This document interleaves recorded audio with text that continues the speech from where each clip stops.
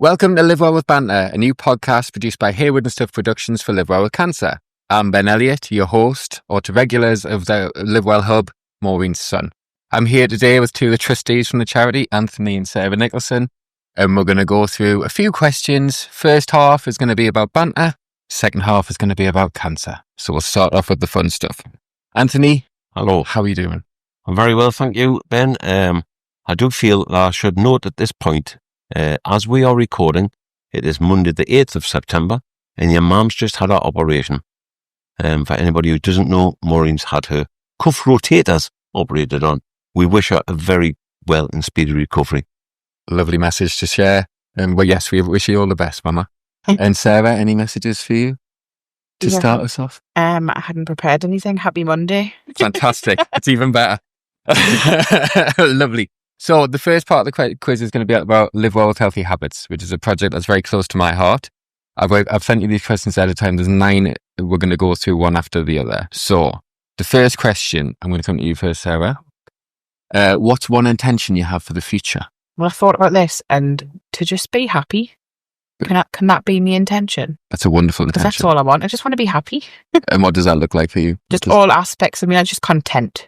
Content? Just very content with everything. It's a wonderful intention for the future. And that is it. Happy, full stop. Really, really nice. What about you, Anthony? I want to get fit and stay fit. I think it's in my latter years now. Often people get mistaken and think I'm Sarah's brother, but I am in fact her dad. So yeah, get fit, stay fit. Great idea. Yeah. It's a very good intention. Fantastic. Right, well, we'll come to you first on this one. How do you like to be present? What keeps you present in the moment? I'd like to think I'm a kind of grounded person, but I also think family is really important, and family keeps me present. Yeah, being with family and just connecting with the people that you love most. Absolutely, yeah. Yeah, really nice. What about you, Sarah? Same, be out with friends and family, but also when I'm on my own, it's music. All right, yeah. Be a little party in the car with your music blasting. What's your karaoke classic? What's your go-to song? I like a bit of S Club. All right. Yeah, a bit of 90s music. Just sing me little heart out, go for a walk, stick your headphones in. Really nice. I feel like it just brings us back down to earth a little bit. Just tune out of things for a while and stick some good music on. Yeah, superb. I love singing in the car. Yeah. That's one of my favourite things to do in the world. It's so good. Yeah. So S Club 7, that's the one. Absolutely. Reach, yeah. Brilliant. Can't beat Great. Great ways to be present. Okay, Sarah, coming to you now. This is a bit of a heavier question. What's one bad habit you should let go? Phone scrolling. Right. I think we're all guilty of it these days. Just sitting on your phone, scrolling for hours and hours, and then you look up and it's midnight and you're lying with your phone in your hand. What's the one? What's the app that gets you most? TikTok now. Oh, right. Well, it's Instagram now. It's TikTok, but I mean, it's a load of rubbish. I've never stepped into TikTok. It's very addictive. I know. I can imagine. That's why I haven't stepped in. I know myself, and it is incredibly addictive. And yeah, I feel like I just sit for hours just scrolling on my phone. Yeah, and that can't be good for you. Well, no, and because you get the end and you look back and you think, hold on, I've been on here for 90 minutes. Yeah, and I've done nothing. That's 90 minutes of watching people clean when I could have been cleaning. Yeah. So I should probably stop playing on the phones. Really nice. What about you, Anthony? What's one bad habit to let go? Timekeeping. Okay. My timekeeping is chronic and has been for years, and no matter how I try, I'm still late for events. I was on time this evening. Sarah's going to take credit for that, of course, because I do get prompts by the family. I do ridiculous things. I've got clocks at different times. So in the car, I'm 5 minutes fast, but I know I'm 5 minutes fast. So it's ridiculous anyway. I wake up earlier, and it's not waking up that's the problem. It's just general timekeeping. I cannot help myself. I'm always late. What are you learning about? What's one thing you're learning about currently? I think currently I'm learning about digital tickets. Right.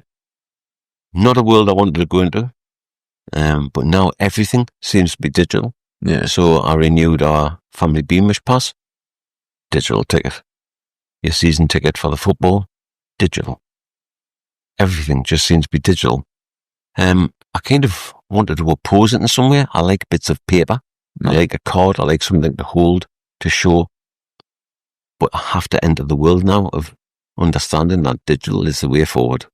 I'm with you there, though. I like having a ticket to an event. It's like a keepsake. Yeah. But that's not the same, is it? It's not like having a No. crested kind of ticket. No, or actually, whatever. I am a bit sad, and I've got a collection of old football tickets, Yeah.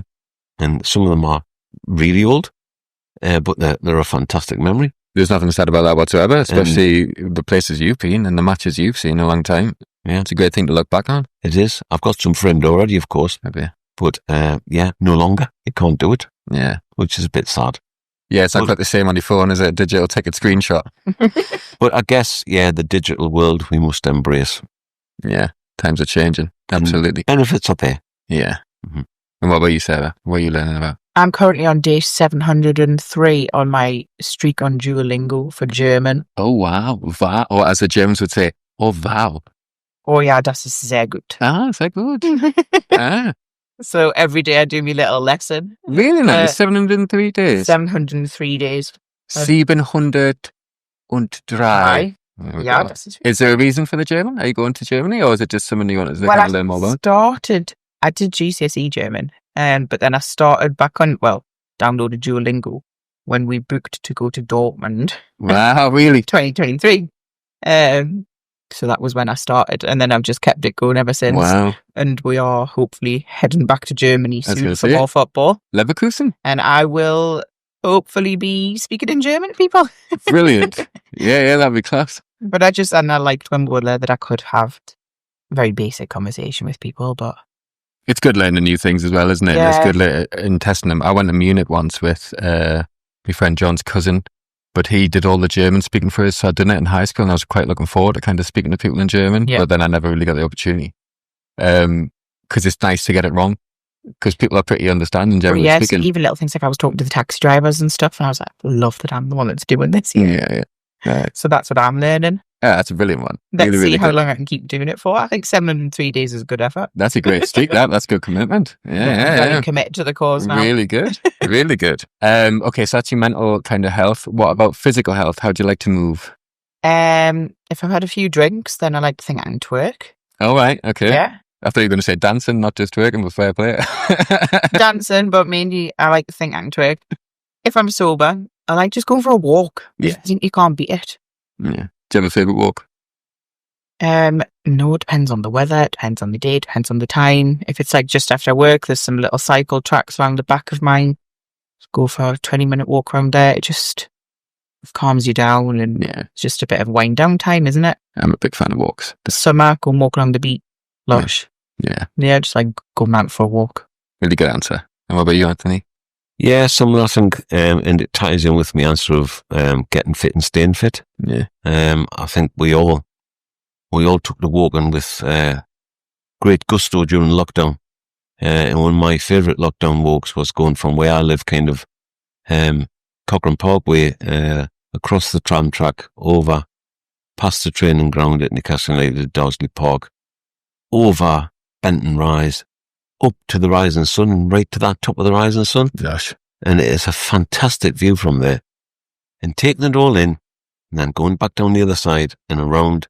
And it's a good walk. In its entirety, you can probably do a 6 mile. Yeah. And it's just good, all embracing. That's lush, isn't it? It is a lovely place, that one. If I wasn't walking, I'd go on the train. I like trains. Right. I Yeah. think trains are just good because you can move around and quite fun. Meet Nice. lots of other crazy people on trains. Yeah. I did a train once from Boston to New York, Oh, wow. and just, apart from being on time and being a much better service than some of them we have in this country, it's a really pleasant journey Yeah. and very scenic. I love trains. Yeah, I love trains. It's one of the favourite things for me and JB going on day trips. It's like when you're on holiday, it doesn't matter even where you're going. Let's just get on the train. Mhm. We'll follow it along. We'll see what the world's got to have and then get off on the other end. I think I might know the answer to this one, but let's see. What do you enjoy? Yeah, it's pretty basic, and it's not everyone's cup of tea, but I love watching Newcastle United. That's what I thought you were going to say. And I'll do it historically. So I don't know how many times I've watched the Carabao Cup final back, and I still get nervous for those last 10 minutes. Yeah. And I still get quite emotional when the whistle goes. Yeah. And yeah, I've got DVDs and videos, and now, of course, you can get it almost anywhere, but I love watching things that bring a memory. So I have got a pretty good memory. And I can do things by dates, and I can do things and remember things by dates. Hmm. So I like to kind of make that connection and understand that connection. Like I say, people think it's a bit sad and it's not everyone's cup of tea. But it floats my boat, so I'm happy doing that. Watching Newcastle United. I 100% agree with you. I think it's a great thing. It's a great thing to do watching the tune, and especially going back. Do you have like a favourite game? I'm guessing the cup final is probably up there. There's lots and lots of things I couldn't even start. I think I always talk about the time my first ever game. I was probably about 8 years of age, right? And I think I was with my dad, and we stood on the old Popular side, and I stood on a stool, and the stool was tied at the back of the fence, right? And all I remember was seeing this absolutely huge crowd, the green grass, and at the time you could smell the breweries, right? And I could smell Brill Cream. He obviously wore Brill Cream on his hair, right? And I remember him saying, "This is the greatest team in the world, son." Wow. Similar to that, and it's quite poignant because a year later he passed away. Oh, I lost my dad when I was very young, right? And he died very suddenly. And it's like I go, and every time I go, he's with us. He's there, kind of thing. Wow. Which I know, like I say, people are going to think I'm a lunatic, but it's just there. At all. And it is that whole thing of your culture, your upbringing. It's a massive social side. Yeah. And indeed, I'll go back to the Carabao Cup final. And yeah, when that final whistle went, he was the first guy I thought of. That's a wonderful thing. Waiting for 70 years for a cup, mind, is hideous. Yeah. Please don't make another 70 years. I'll be well gone by then. that experience you had with your dad there at 8 years of age, like that, they're the things that do stick with you and they form you. Absolutely. Yeah. And it's wonderful, like to think of him at that moment is beautiful, really. Yeah. And what about you, Sarah? What do you enjoy? Well, I feel like I can't really compete with that answer, right? That was a good answer. That's a lifelong tune fan right there. Wasn't it? If I could do one thing right now that I love doing, I would go and hop on a plane and go and sit somewhere in the sun with a glass of wine and people watch. Yeah. Where would it be if you could pick one? I'd like to go back to Barcelona and just... No, it's a lovely thing. Just sit with your tapas and watch the world go by and watch everybody. Yeah. I love people watching. Yeah. Nice Rioja. Yeah. Yeah. I would really quite like that. I have... Just by yourself as well, would that be the ideal? Just there by... I was going to say. Well, then, that's going to segue us in nicely to the next question. Okay. Because the next question is about how you like to connect with other people. I like to find common ground with people. Right. So you can see, you can't just talk to somebody you've got nothing in common with. But I just love, especially with my friends, just like a girls' night in. Right. Just food, drinks, night in, music on, sitting laughing, great. Lush. Even though I'm 33 years of age, sometimes we'll still have sleepovers. There's nothing wrong with that. No, and you just like films on and just, like being little kids again. And I just love it. And then in the morning, you just feel so happy. Yeah. It's just like that time, we're old enough that we've done mad nights out and stuff. Yeah. There's probably still a few left in there. Plenty. I just love a night in now. Yeah. Oh, out, I suppose. But yeah, just like... No, it's a lovely thing, isn't it? Time. And the good thing about a sleepover is that it does continue on because you get the morning and it's like, it's like a breakfast. Yeah, exactly. You make a nice breakfast, sit and have that with your cuppa in the morning. Set yourself up for a really good day. Love it. Yeah, that's really nice. And what about you, Anthony? How do you like to connect? I'd like to think I'm a people person, and I love face-to-face contact. Right. So, as my day job, I deliver safeguarding training to schools, colleges, trusts, etc. And of course, when lockdown came, we put some of the sessions online, so they were on Zoom. Yeah. And we've kept that going. And I see the purpose for it because, rather than people traveling all over, but there is nothing worse than delivering training to a screen of just faces. And you kind of look behind one of those faces and you can see that they're thinking about going to Asda or, what time can we turn the Hoover on? We did actually have one session where somebody got up and hoovered. Really? And they forgot that the camera and the volume was still on. And she was zipping away doing her hoovering. And we're talking about integral safeguarding training. Wow. And they thought it, okay to hoover. Madness. So face to face. Yeah. And it's, people are fascinating, aren't they? We are all very, very different. Yeah. And that, I think we should celebrate that individuality of us all. Okay, right, really nice. So that's connection. That's about relationships with other people. Let's talk about your relationship with yourself. What self-care do you need? I often say to myself just to kind of slow down and reflect. I think we live in a busy, busy world, and it's always to and fro, backwards and forwards, work, family, this, that, the other. think everybody should take that opportunity just to slow down at times and reflect. A little bit of reflection just does you good. Yeah, totally. When I do my journal, that's one of the things that does keep coming back up, because I'm always thinking about things I should be doing, but actually the stopping is almost more important than the doing at times, because then you get to calibrate yourself a little bit more and kind of understand your direction, don't you? Yeah. Bit of rest and recovery, and then you can go again stronger. Yeah. Yeah, that's nice. What about you, Sarah? Self-care? I can only agree. I think it's good, especially when we get so caught up in life, to just come in, shut the door, reflect, look back. You've had a bad day. Yeah, but it could always be a bit worse. Yeah. There's other things going on. And then every now and then, I think it's lovely to just stick a face mask on, have a relaxing night, get a good sleep. Yeah. Oh, sleep is so important. Like a really solid night's sleep when everything is so hectic and so busy. Yeah. So yeah, and every now and then I like to make sure I really do get a good night's sleep. Yeah. Because we can't all have a good night's sleep every night. No, totally. But when you can help yourself along and give yourself a really good sleep, when you wake up just fully refreshed, it's a beautiful feeling, isn't it? Well, I saved arguably the most important question at last. Let's imagine a dystopian world where all the fruits and vegetables are gone, but you each have the power to save 5, and only 5. Which 5 are you saving? I'm going to come to you first, Sarah, because ladies first. Right. So me 5 fruit, I would say. No, you'll have 5 total fruit and veg. Total. All right. Well, definitely a potato, because I can have that in every single format. Yeah. Me grapes, because I can make me wine with them. Nice. Lychees. Love a lychee. I like sweet corn. Mm-hmm. And then I would go for mangoes. Oh, brilliant. I love a mango. But potato, most important one. It's a good staple. Sorting us out for good, that. Yeah, totally. I love the grapes for your wine. I thought that was very clever. Yeah. I'll have me chips and me mashed potato, me sweet corn and me glass of wine. With a nice mango dessert. I'm laughing. Perfect. What about you? I clearly never put as much thought into this, but I do eat a carrot every day. Right. Again, that's... just like a raw carrot? A raw carrot. I have a raw carrot every day.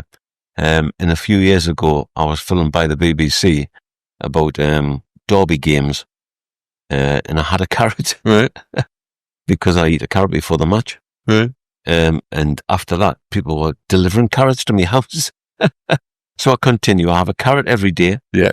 I have a banana every day. Yeah. I've got a bit of OCD, I'm sure. Apple most days. Yeah. Potato, yeah, you can chip it, mash it by higher. Yeah. My last one's a bit of a tricky one because it will be a can of Strongbow. Right. Effectively, it's apple juice. Right, yeah.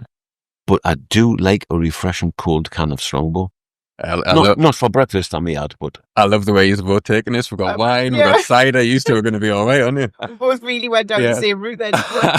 We'll find the loophole. Nice starchy potato meals. All in moderation. Exactly, yeah. I like the fact you just eat a banana, a carrot every day as well, to be fair. Like, it just Bugs Bunny. It's an absolute... Do you peel it? Oh, yeah. Yeah. I've got so much OCD, Ben.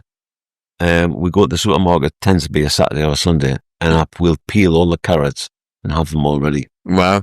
If you go and look in their fridge now, there'll be a box with all of the carrots for the weekend, ready to go. Wow. Well, there you go. We've uncovered some truth there. Really, really nice. Well, that was Live Well with Healthy Habits section of the podcast. So, thank you for taking part. We're now going to transition into something I think you're both going to like, the Newcastle United section. Ooh. I'm even wearing the cap and honor of these two because I think you're possibly even bigger fans than I am, which, I've got a lot of tune gear at the minute. So, the question is, Newcastle United Premier League 11. And I'm going to come to Anthony first this time. Well, so I want just a quick rundown. 11 players, including your captain, 3 substitutes, and a manager. Well, I'm actually going to cheat on this section, Ben, because you're already disqualified. Oh, no, so I've cheated too. But it's cheated with a good side to it. Okay. I've cheated in the form that of course, everybody thinks the Premier League. The Premier League has only been in existence for 30 years, perhaps. Yeah. 1992. I've watched Newcastle much, much longer than that. Yeah. And I've seen some fabulous players who were very much part of the community as well, who never earned half the money that these alleged superstars go for now. Okay. But amongst that, I also want to say, because I have seen some fantastic players, I've been privileged to see Alan Shearer and Peter Bates and Andy Cole and Malcolm MacDonald and Jimmy Smith and, endless. I want to give you my worst 11. Oh, wow. Okay. Right. Yeah. So my worst 11 in goal would be a guy called Roger Jones. Okay. Roger Jones was inept in almost every department. Okay. He couldn't kick, he couldn't catch, but he was our goalkeeper for a number of years. Why, I do not know. Fullbacks, you're looking at a guy called Malcolm Brown, Right. who signed possibly early 90s.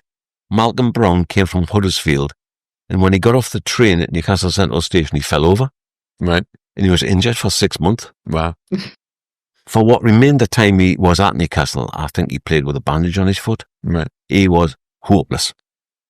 It's just so frustrating. On the other side of that, you've got a guy called David Roach. Right. David Roach is a local lad. I don't know whether you're still there out there, David, or whether you listen to these podcasts or not, but yeah, David got on the wrong side of the law. Right. And was up to all sorts of shenanigans on Baker High Street. So, yeah, David, he wasn't particularly a good footballer either. Right. Okay. Sorry to say. I don't think he's going to be a fan of this podcast of yours. No. Going for your kind of centre-backs one higher, we had a guy called Graham Oates. Graham Oates could score own goals from 30 yards. Wow. How could anybody do that? But he did it quite regularly. No. And for that reason alone, he goes into my side of being the worst 11. On the other, next to him, equally painful, was Marcelino. I thought Marcelino was coming. Marcelino was supposed to be something fantastic from Spain. I think the Spanish club we signed him from was possibly called Fray Bentos. Because he was useless. And infamously, of course, was out for months and months with a finger injury. Yeah. Are you kidding me? A finger injury. Trained athletes out with a finger injury. Wingers. Jim Smith once signed somebody with big ginger hair called Billy Askew.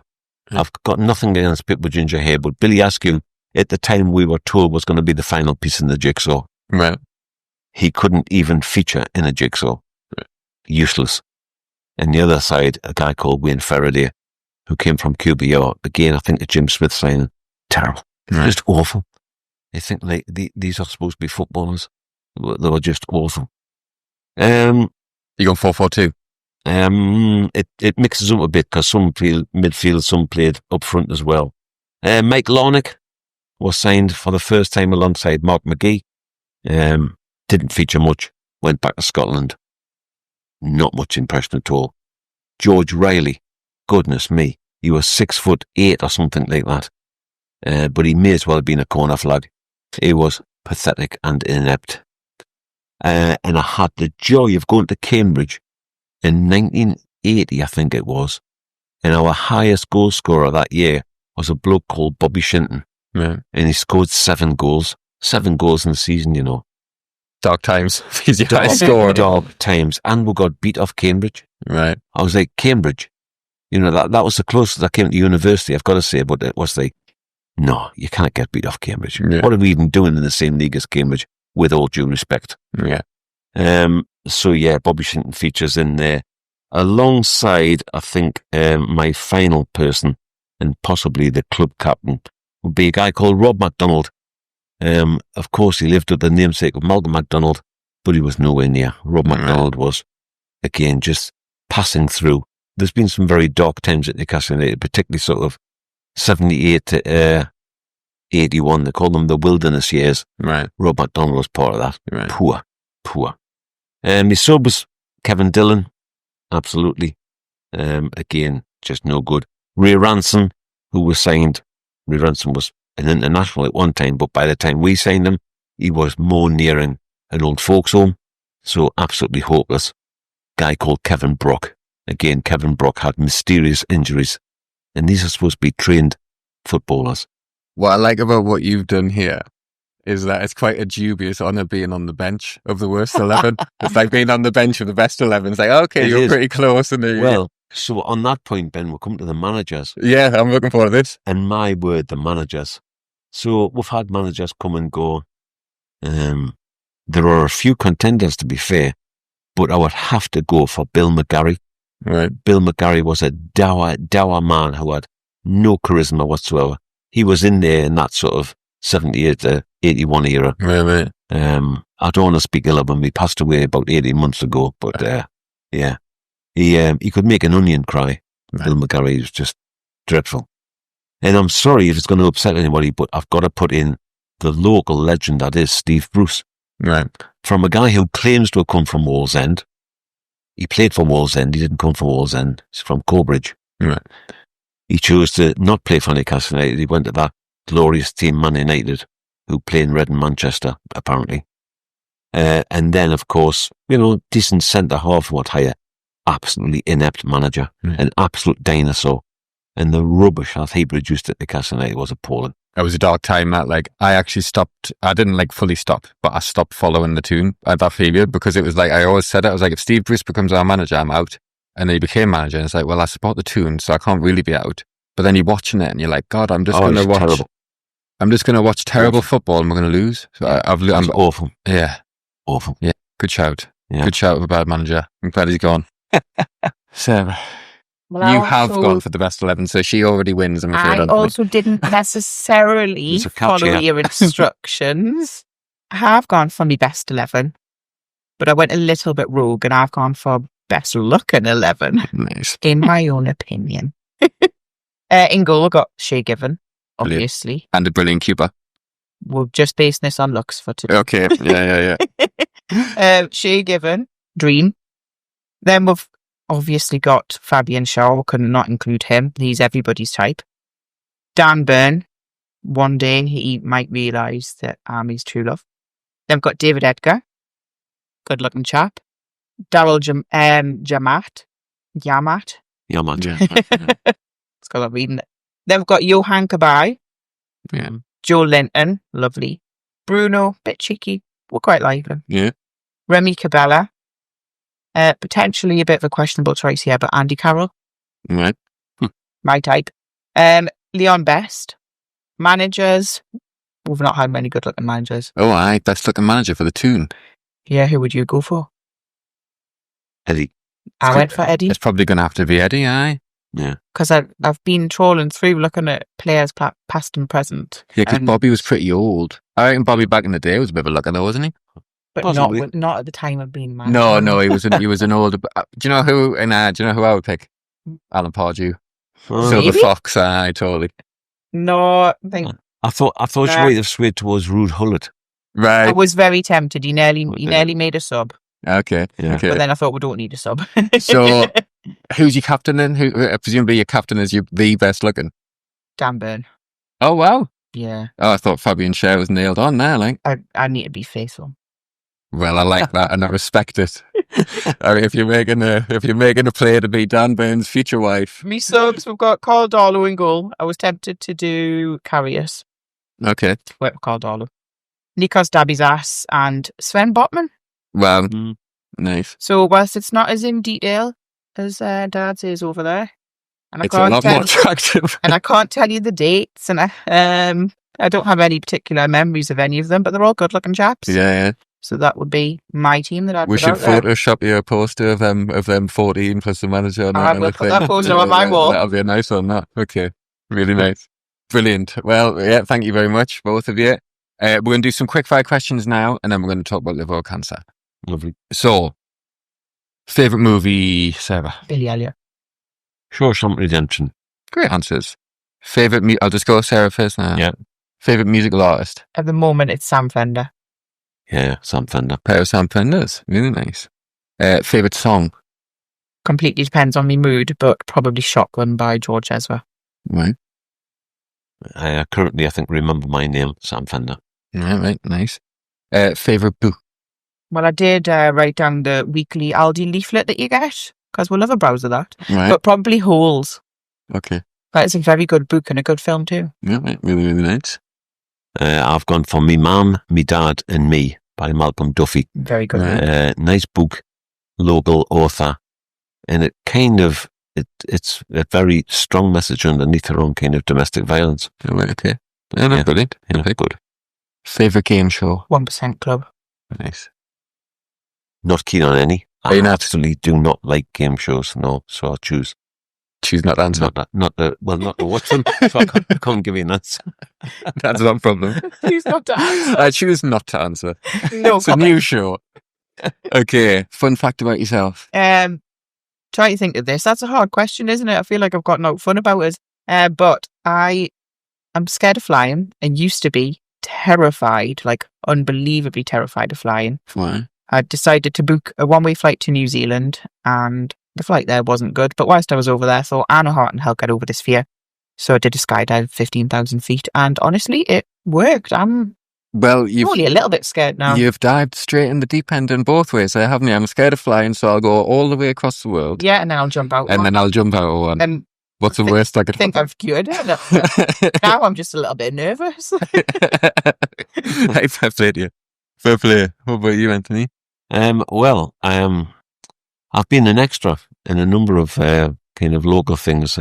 Spender, crocodile shoes, Wire in the Blood, and Billy Elliot. Oh, well? But I never got a BAFTA for any of it. But No. it was good fun. Right, two really serious last questions, okay? Mhm. Ant or deck? That is a serious question. And I'm going to go for deck. Well, that works out. that That's worked nice out and fitting. perfect. Okay, another serious question. Yeah. Are you a toon or a black and white army? Tune usually. I think I'll go I'm probably a black and white army. Well, that works out lovely, Yeah. doesn't it? Get the chant going together. You go for the big I do toon. tend to do tune more. Really nice. I think I do a bit of both, but probably tune more. I love a black and white army, me, like. Yeah. But it's not Yeah. really black and white army, is it? It's black and white army. It's just like black and white army. It's just a word that doesn't. Yeah, exactly. Especially when you're there and it's going real quick. It's just black and white army. Yeah. That's what I like about it. The tune's clear. You can't really mix it with it, but you can have fun with the black and white army. Really There were nice. two very serious questions. I hit you with the hard stuff You did. first. So, let's get you started. I'm going to come to you first, Sarah, if that's okay. So, what was life like before Live Well with Cancer? If I'm going to be really honest, I would probably, the first thing I want to say would be life was so much better because I didn't have cancer then. Yeah.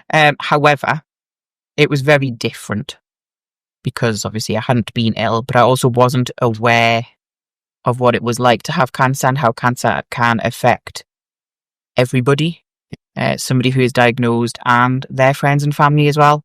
So I suppose I was a little bit oblivious to it because I was lucky enough at that point to not need to know. Yeah.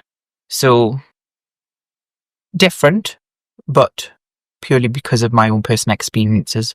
I didn't need to experience the need for live well with cancer. Yeah, of course. Well, it didn't exist. It didn't exist. It didn't yes. exist, and it wouldn't have existed without you, obviously, in terms because you were amongst the first. Well, you were one of the first trustees. So, in terms of the foundation of the charity, so how did the sort of diagnosis happen? If you don't mind sharing, what was that like?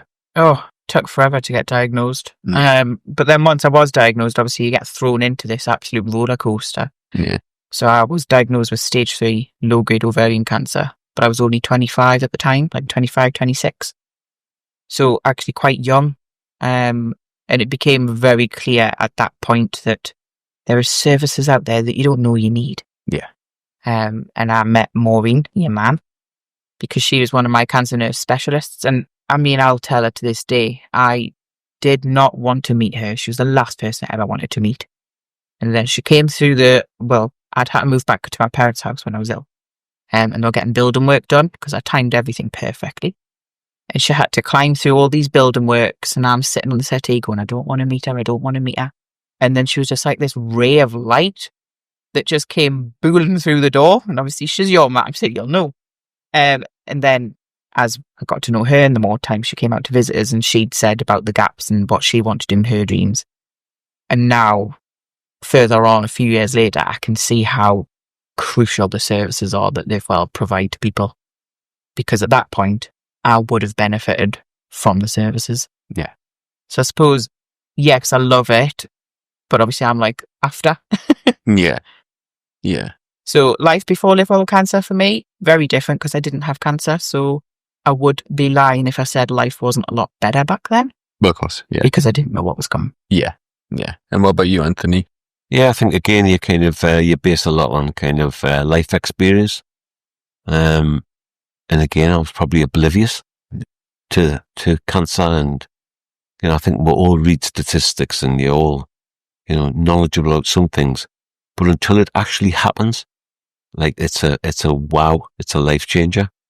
And very similar, I've been involved with Live Well from its foundation. The first event I went to was at the Whitley Bay Playhouse, and it was just like, wow, this was just that was such a wonderful event.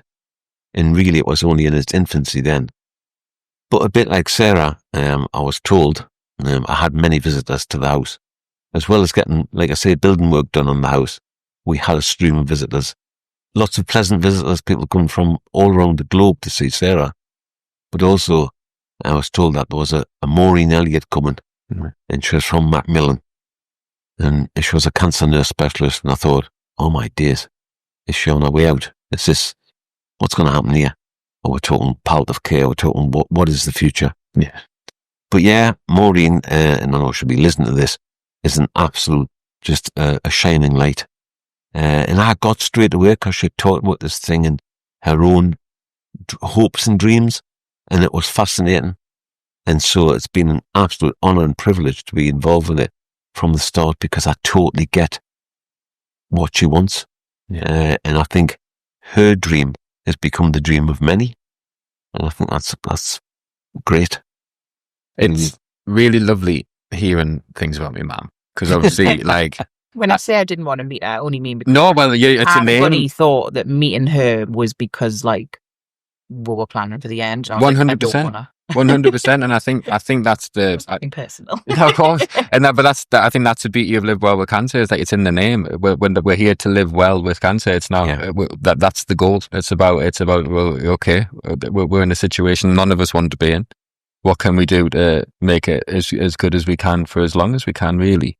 And it is lovely hearing everything, because I've known my mum's been a nurse for my whole life. It's always been kind of the way it's been, but knowing it and knowing it are two very different things. And when we're doing things like this and I hear people, and it's like, she was there and she was a real light in this moment for me. But for her, with all due respect, it was just another day of the work, because it was a job she loved, and she was coming to meet someone else, and it was, okay, how can I help you? How can I pass on my knowledge? And to you, she's just mum. She's just mum. You don't know all of that when she comes home from work and stuff. But it's a vocation, isn't it? Absolutely. I mean, nursing itself is a vocation. Yeah. But she has got such a strong commitment and drive. Yeah. That it is almost infectious. Well, I mean, and she's got you on board, hasn't she? She's accepted the pair of years. So that leads us nicely into the next question in terms of how did you get involved with the charity? So Sarah, will come to you first again, I think. So it's because she was my nurse specialist, and we had quite a few. She would come out and do home visits whilst I was ill, and she would tell us about what she wanted to do and our plans, and the services that she was providing at that point were getting cut. And obviously, having been a service user, I was aware of the impact that was going to have on other people, and the next lot of patients coming through that weren't going to be able to have access to those services. And she was telling us about what she wanted to do. And she just said, this is my plan. Would you like to get on board? And I remember sitting on the settee going, oh yeah, definitely, count me in. And I've never looked back. And I just knew, like, I want to help her do this. And I want to help be part of what I wish was more readily available when I was ill. And again, before you go through cancer, be that yourself or anybody else that's close to you, you are quite oblivious as to how it affects you. And completely oblivious as to some of the support that you need, things that you just don't think about. And you can't know it. You can't know until you lived it. There's no shortcut to that wisdom, or the knowledge of it, or the experience. It's. And I'll always say to my friends and family, I'm like, you don't understand it, but I never ever want you to understand it, because to understand it fully means you've gone through it, and I wouldn't wish that upon anyone. So that's how I got involved, and I was like, yes, 100%, sign me up. And that's a great credit to you, because when you're going through a situation like that, it would be very easy to lock down and think about, okay, I'm just going to preserve, but actually looking out and thinking, how can I help you, Maureen, to do this, and B, how can I help the wider community? It really is a credit. Yeah, and I think she's so passionate about it as well. It's hard not to want to join in on that passion. yeah, she's a doer as well, isn't she? Oh, so she's going to get you in one way or the other. And what about you, Anthony? How did you get involved? Yeah, obviously through Sarah and Maureen, and then that whole world that you enter into.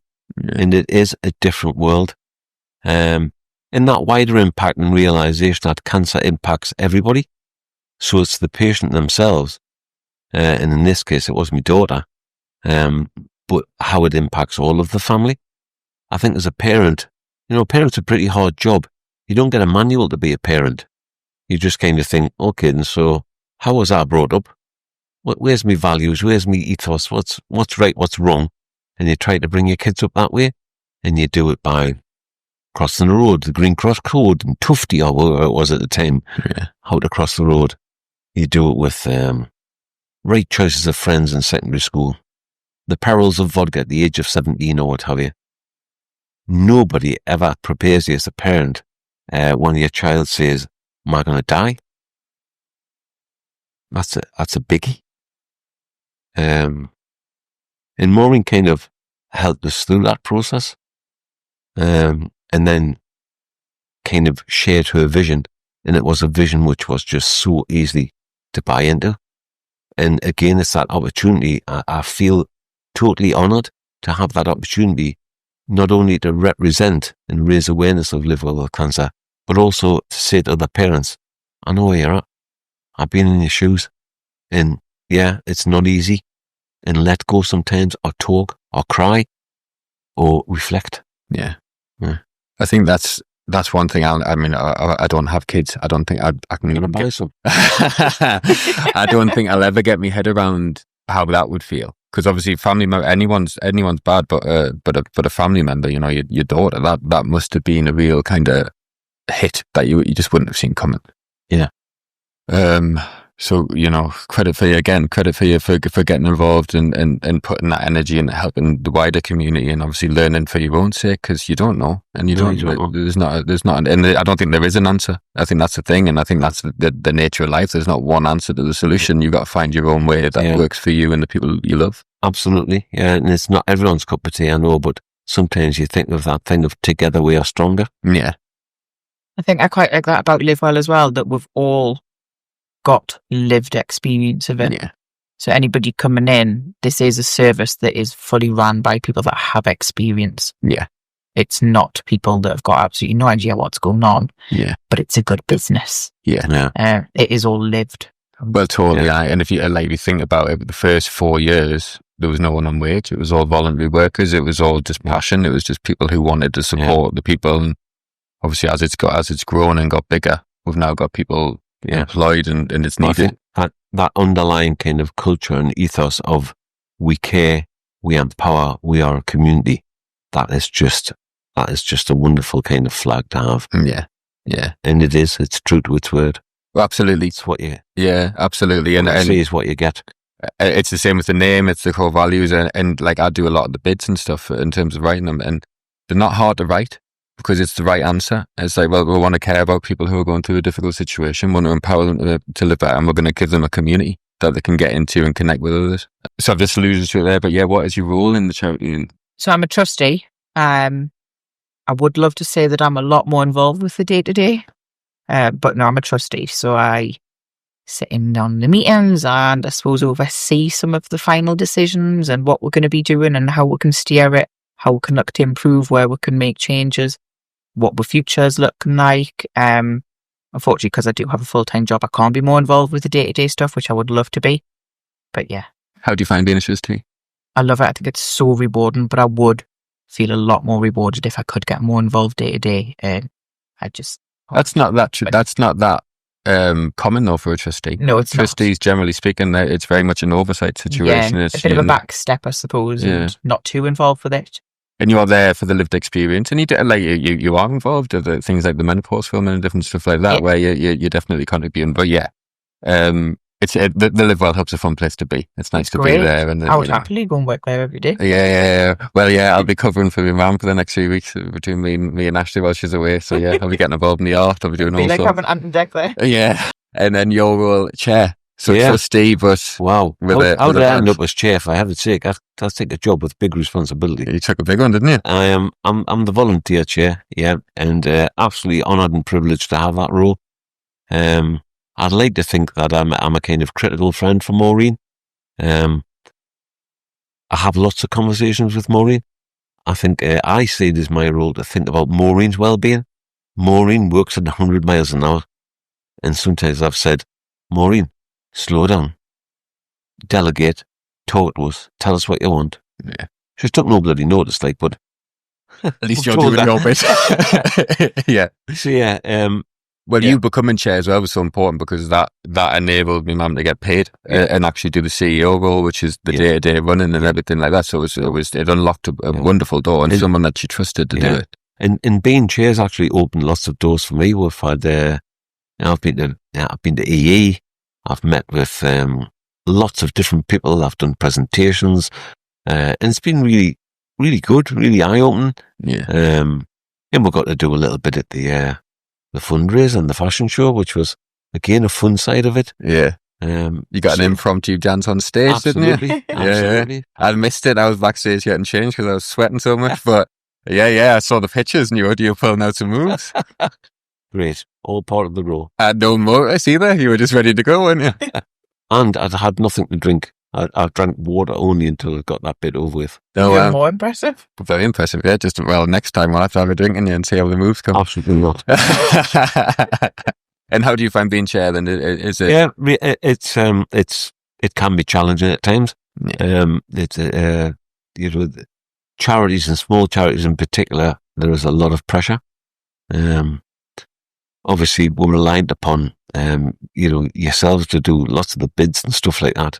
It's just nice to be part of it. It's nice to be associated with it. We have our trustee meetings, and they're good. And I think we've brought an element of kind of challenge to them sometimes as well. So it's not just sort of like, sitting there ticking. It's good to have good, healthy conversation. Yeah. And we've had days when it hasn't been in meetings, but we've took like work days. And I'm eternally grateful. But obviously, Sarah Dodds and Michelle, who give their time. And certainly the last day was really productive. We really got down to some nitty-gritty stuff. Guided, of course, by Ashley. Yeah. So we do need a little guidance. Don't we all? But yeah, no, really good. Yeah. Really enjoying it. So Sarah, do you have a highlight for me signing Club Royal Cancer? I think the first Christmas fair was a highlight just because it was the first one and it was just great, wasn't it? I remember that it was the day after we'd had huge storms. So there's a little bit of carnage when we're trying to set everything up, and the florist that was doing the wreaths, her garage door had been blown in so that she couldn't get all the wreaths out, so she was late. We were all a little bit hectic, but we got there, we pulled together, and it was great, and then we've done it every year since. Yeah. So I really enjoyed that. And then on a slightly more personal, I suppose, highlight was for our 30th birthday. I did a big party, and it was to raise money for liver bubble cancer. Lush. And it was just such a fun night. But we're all also aware that we're there for liver bubble cancer, and that was the whole aim of the night. And then after we'd all had a few drinks, we somehow managed to rope, I think, 6 or 7 of my friends into running the Great North Run. So that was only 3 months after the party, but woke up the next morning and I reminded them all of it, and they all did it. Brilliant. It was just like having a reason to raise money as well. I just loved it. Yeah. Really, really good. Again, a credit to you for your birthday to have that mentality of giving back. It's a wonderful thing. I think the reason that I'd done that was because I was at one point told I probably wouldn't see 30s, and I was like, I'm going to go big. Yeah. And if you're going to have a party, you should make some money whilst you do it. Yeah, I love that mentality. What about you, Anthony? Do you have a highlight from your time? Lots of highlights. On the note of Christmas fairs, I've got to say this year's is the 29th of November. There's an excuse coming in for not doing it. I checked the fixture list. It's Everton away. It's a new ground. Yeah. I've got to go to a new ground. I've got to be there. I'm hoping it's going to get changed to the Sunday. Everton away for the tune. There's every chance. You never know. So yeah. What about Europe? Germany. I've done the ones in France. I mean, what about is a European game before the Everton? That might have been a reprieve for you. Yeah. Sorry. With regards to the highlights for Live Well, I'll go back to that first kind of event at the Playhouse in Whitley Bay. That just felt something special. Yeah. In that it was the beginning of something special. And it was. And indeed, it has turned out to be something special. Yeah. The fashion show was one of the most humbling experiences. Those people who were brave enough to get up there and be models and what have you were absolutely fantastic. brilliant. Yeah. And again, to raise money for it. But I think the overall highlight would be moving into the Wellbeing Hub. Yeah. 38 Niall Street has become home, and having a home, having premises, is just a wonderful thing. Yeah. It's really good. Top of Niall Street. And what was the top house is going to be a fancy wine. We're getting bar shortly. gentrified down there now, aren't we? And Yeah. you've got a lovely Getting all posh. pizza place Yeah, yeah. opposite. So, you know, people are coming for a bit of pizza and a bit of fancy wine, what have you. Yeah. And we're at the top of Niall Street too. But those premises were an absolute game changer. Oh, totally. Because I think it's like, yeah, it's yours, it's your premises. And of course, it is now the hub of so much activity. Well, what does being part of the Live Well community mean to you, then, Sarah, with that being said? I just love that everybody there has one thing in common, and it doesn't matter who you are, what your walk of life is. Everybody that is in that hub or wherever it might be has got that cancer diagnosis, be it them, their friend, their family, their whoever, in common, and everybody is just so understanding and lovely. I've never, in the entire time we've been running Live Well, come across anybody that thought, oh, you're a bit funny, aren't you? Everybody's just lovely. And it is that we're a community and everybody's just so together and just supports one another, and everybody's each other's cheerleaders. It's just lovely. And I've seen like the groups, you know, we've got the breast cancer group, the craft groups. You can see them all just bonding and getting on and becoming their own little circle of friends, and it's just so nice to see. Beautiful. Nice. What about you, Anthony? Yeah, it's become an integral part of life, really.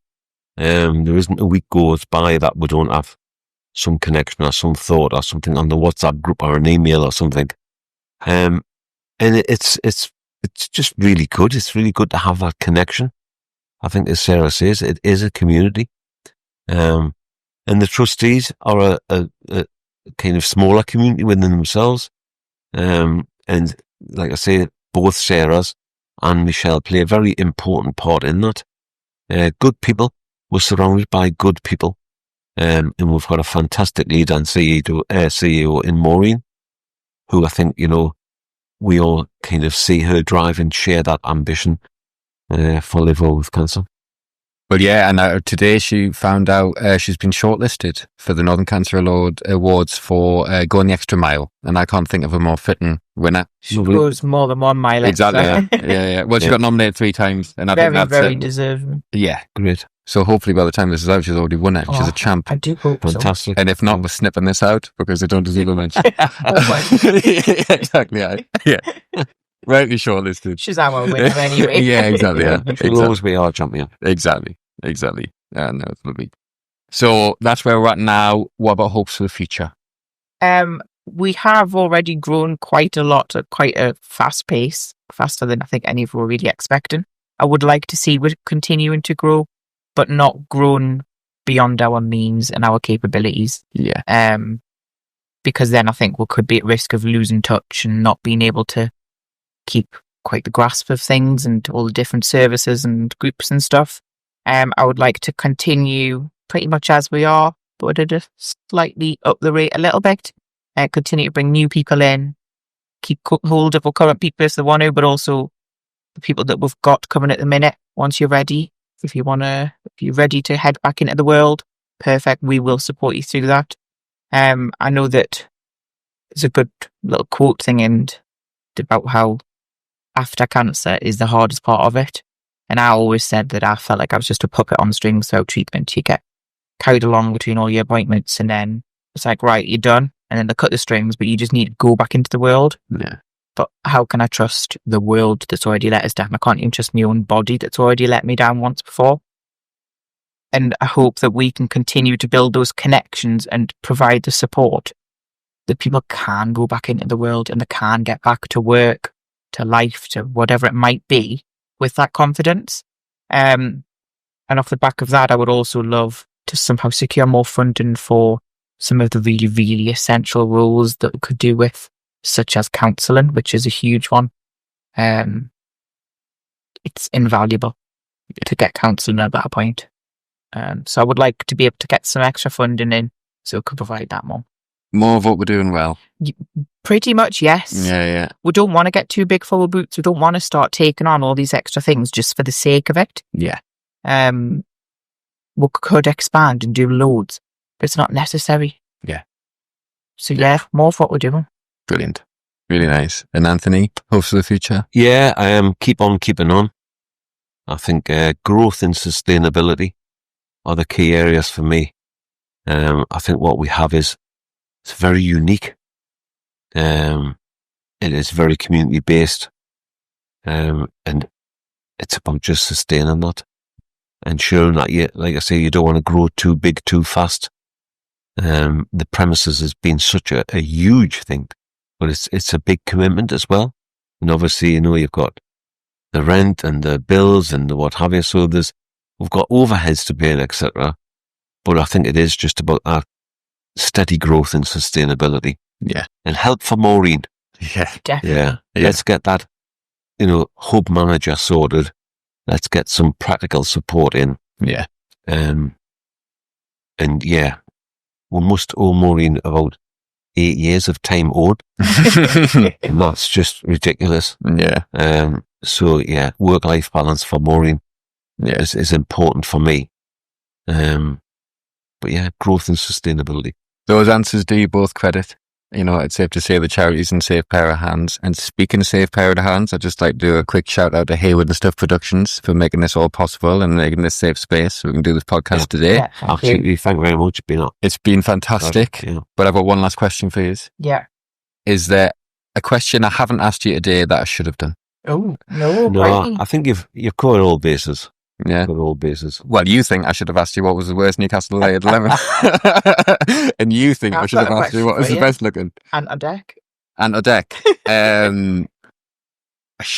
think on balance, I'm probably going to go for deck. Yeah. And back to live well. It must be so strange for you to see Maureen as Maureen, but also as your man. Like, how is that for you? And obviously, you're heavily involved with the charity, and you do loads for us. Which can I just say we're very, very grateful for. Thank you very much. Yeah, absolutely. Yeah. Thank you very much. It's how do I say? Well, she's always been my mum, and she's always been a very inspirational woman in that regard. Seeing her in the context of the charity, even more so.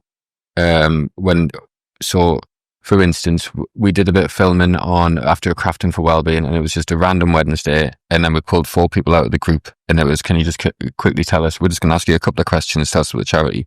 And then the 4 answers were just all so emotional and so true and so easily captured because we're doing the right things. Yeah.